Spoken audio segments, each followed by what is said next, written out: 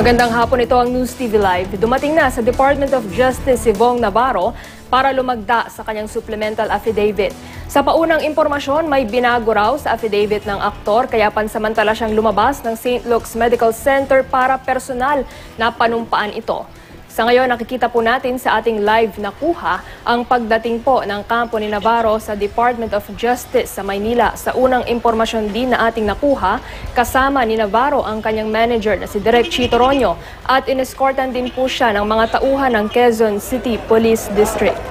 Matatandaang noong January 22 ay nasangkot po si Bong Navarro sa insidente ng pambubugbog. Siya po ay nagpalabas ng kanyang mga litrato kung saan ipinakikitang siya po ay sugatan. Samantala, nakabuntot naman ang ating kasamang si Mariz Umali sa aktor na si Bong Navarro. Humingi po tayo sa kanya ng update. Mariz?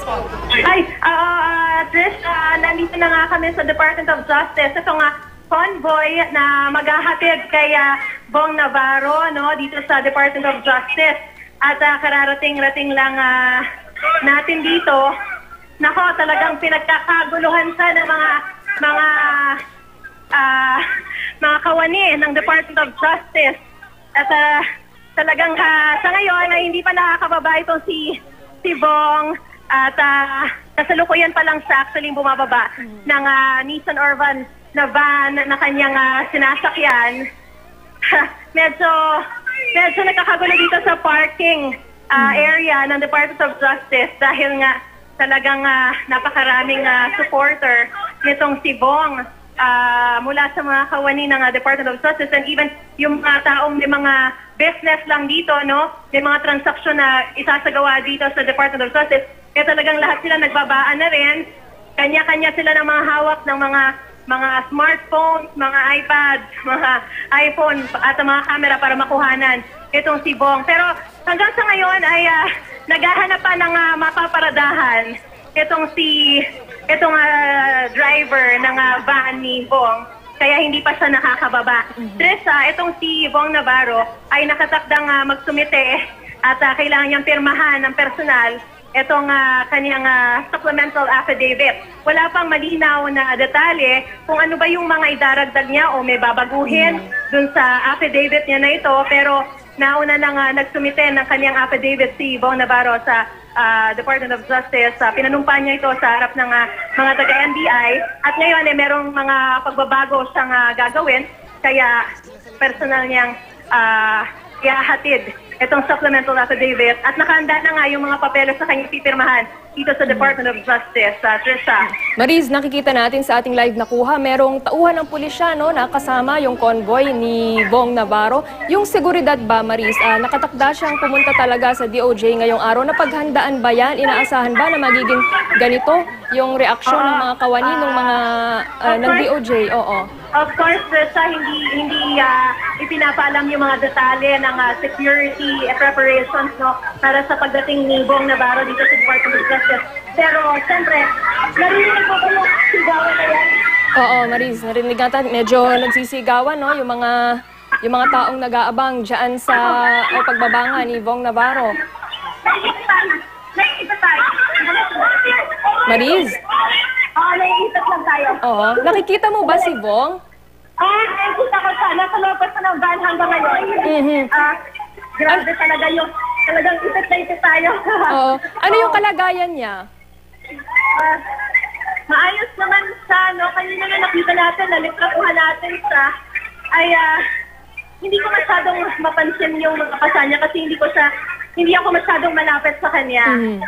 Pero, kanina nakasalamin siya at wala namang umaakay sa kanya except of course yung mga talagang tumatabi ay yung mga security na umi-escort lang sa kanya. Pero wala naman yung tipong umaakay dahil hirap siya, So, kanina parang nakita pa nga natin siya na ngumiti dahil talagang siguro na na-touch din siya somehow dahil sa sobrang dami ng mga supporter.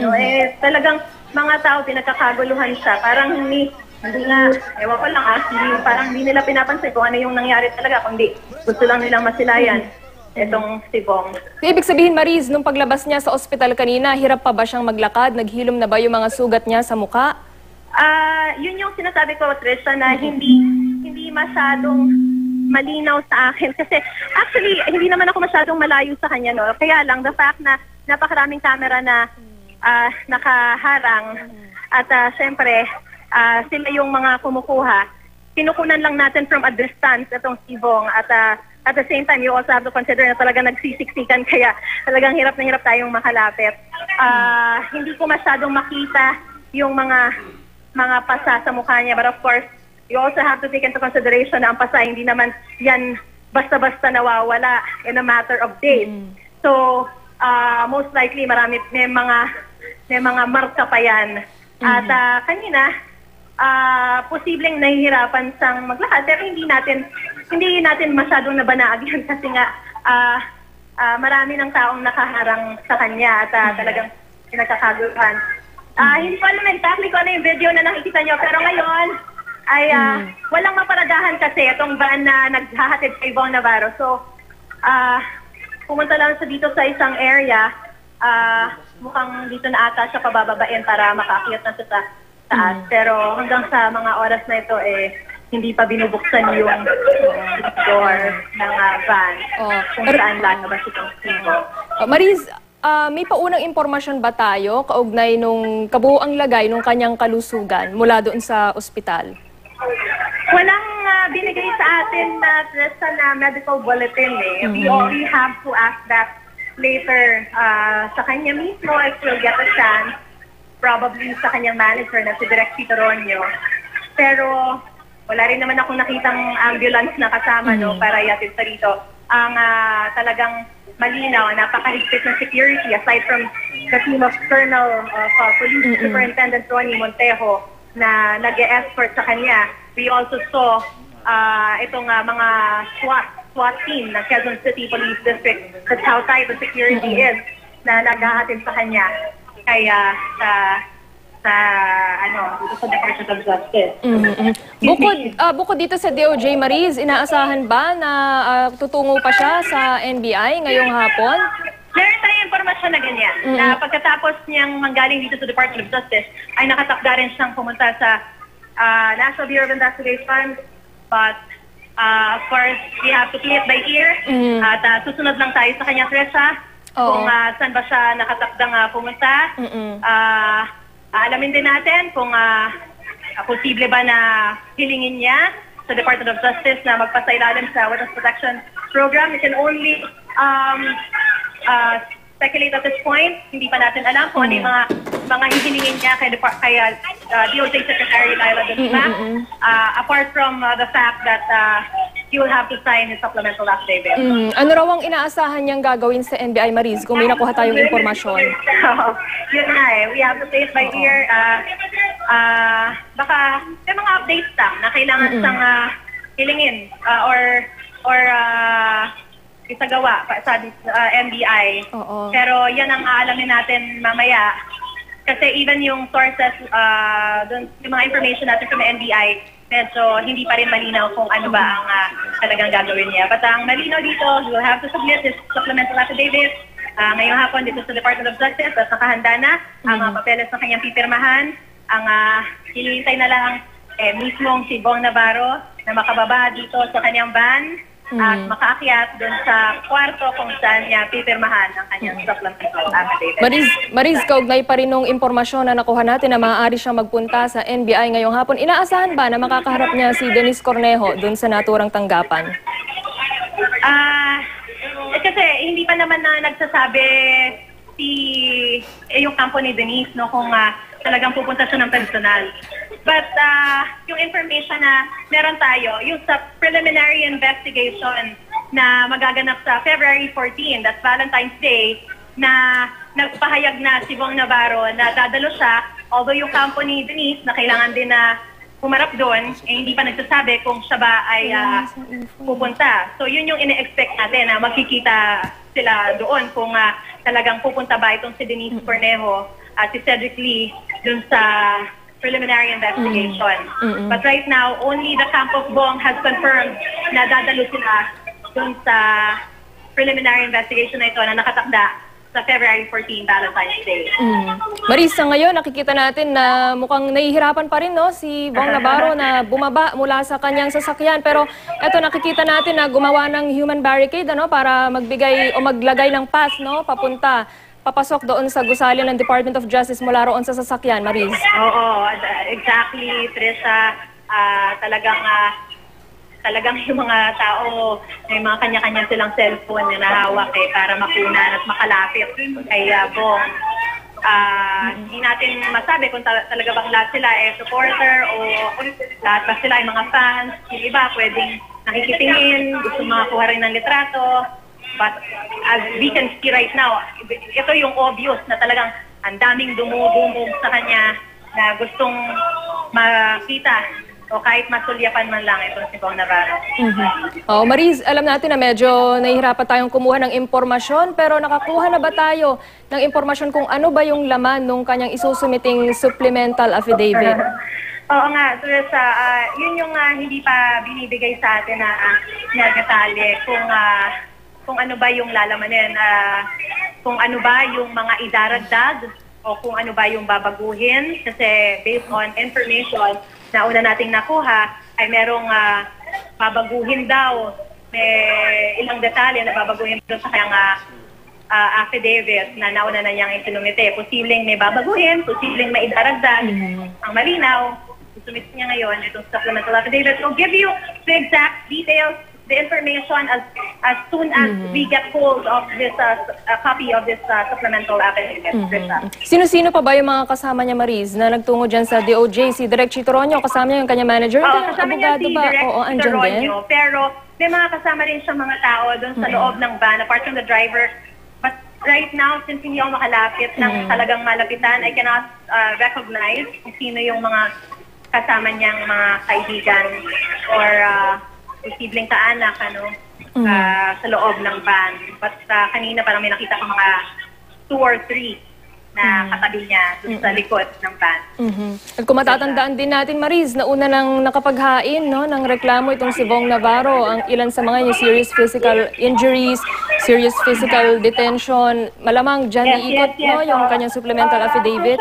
Marami siyang mga kaso na isinampalaban kay sa kampo ni Denise Cornejo and Cedric Lee, no? Among them, serious legal detention, serious physical injuries, grave threats, grave coercion, unlawful arrest, threatening to publish and offer to prevent such publication for a compensation or yung tinatawag natin extortion. Ito yung mga kaso na isinampa niya laban sa kampo ni Denise Cornejo, Cedric Lee, Bernice Lee, yung kapatid ni Cedric, Ferdinand Guerrero, si Zimmer Rand, yung sinasabing martial arts expert, isang nagngangalang Mike, at 2 pang John Doe. Pero right now, we still don't have any information kung dun sa idaragdag ba niyang detalye, dun sa kanyang supplemental affidavit, meron pa siyang idaragdag na kaso laban sa kampo ni Denise Cornejo at ni Cedric Lee. Maris, gaano kaseryoso yung problema sa crowd control dyan sa DOJ? Medyo kanina pa dumating si Bong, pero mukhang hirap talaga siyang mailabas nung sasakyan, Maris. Oo hindi.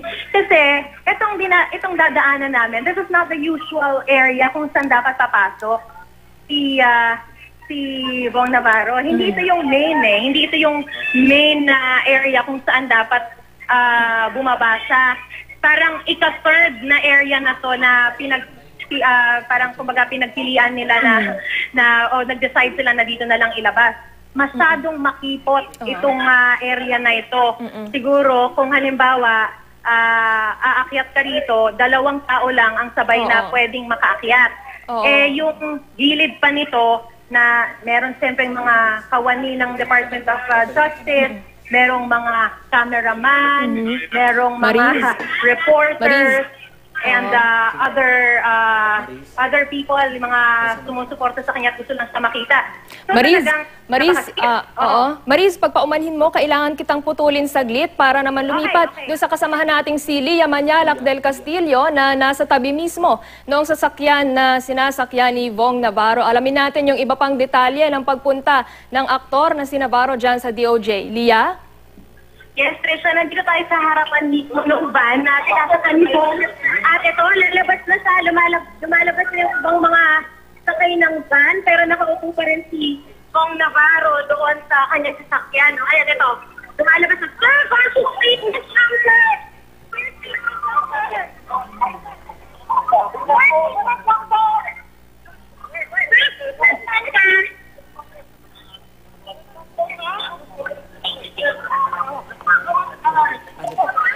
Sa ngayon nga po ay nakikita natin na kasalukuyan na pong nakalabas ng kanyang sasakyan ang aktor na si Bong Navarro patungo po sa loob ng gusali ng DOJ. Kung makikita po natin, medyo maayos naman na po yung kanyang lagay kumpara noong huli po niyang paglabas sa telebisyon. At ngayon nga po ay ineskortan na po siya ng mga kasama niya papunta sa loob ng gusali. Napakakapal po ng tao na nag-abang sa kanyang pagbaba mula sa sasakyan. Nariyan nga po siya sa tanggapan ng Department of Justice para mag-hire ng supplemental affidavit. Balikan po natin ang ating kasamang si Lia Manyalak del Castillo. Lia? Lia? Kaya nagpapasalamat si Bong at pag-aaralan na raw yung posibilidad na magpasalalim siya sa witness protection program. Ang daming ibat.